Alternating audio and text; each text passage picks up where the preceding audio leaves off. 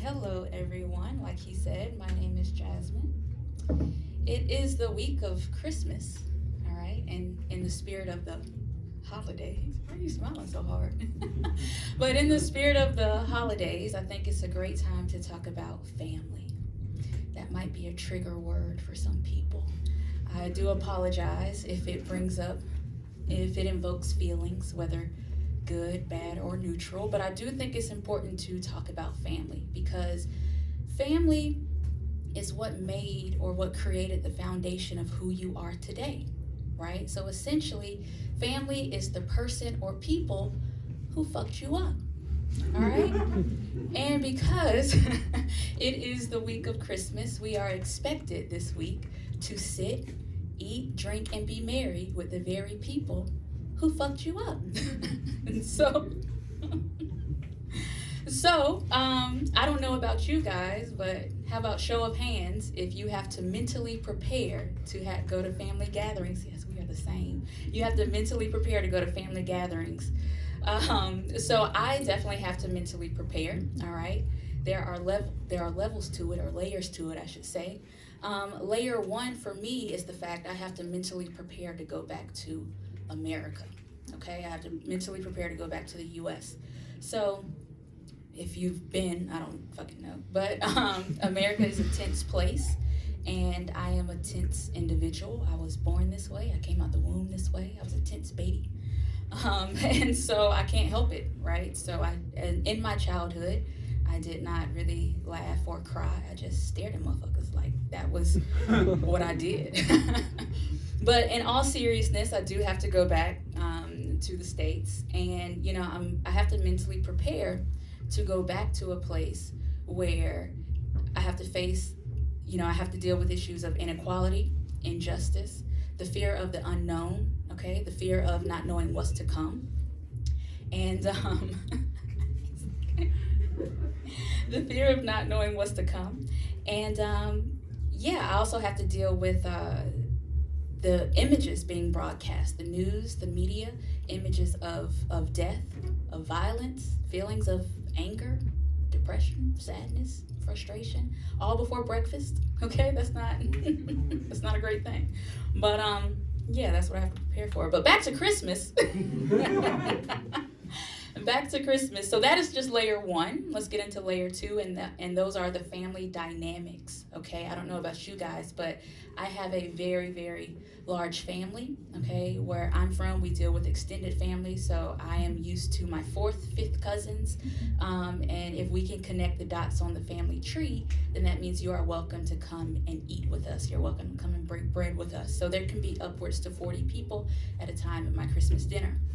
So with that many people, I get a lot of questions, and I get annoyed easily. And so dealing with these questions, all of these people, of course, know that I live in Poland, and they don't understand that shit. And to be honest, I don't really understand that shit. But I'm here. But one of the first questions that they ask me is, when are you coming back home for good? And I look at them in my tense way and I say, never. I have no intentions of going back to the States. So they look at me and then they say, well, what's in Poland? And I say, not you. So, that's kind of how I talk to my family. But then I get this question, and I actually had this question last time I went home, and that is, so when are you going to settle down and have kids?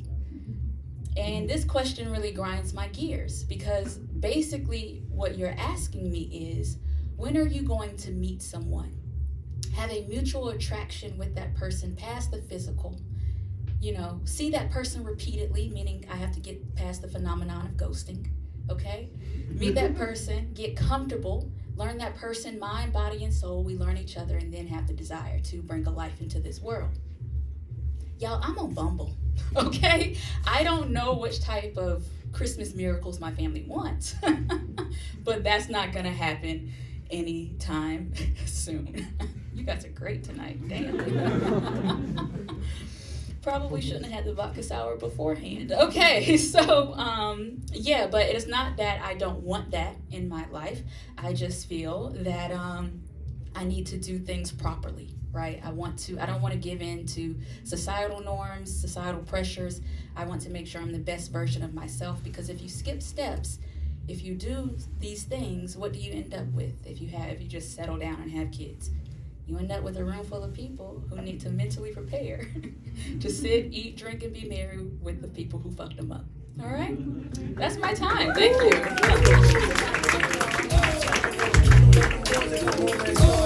Ladies and gentlemen, Jasmine. One more time for Jasmine.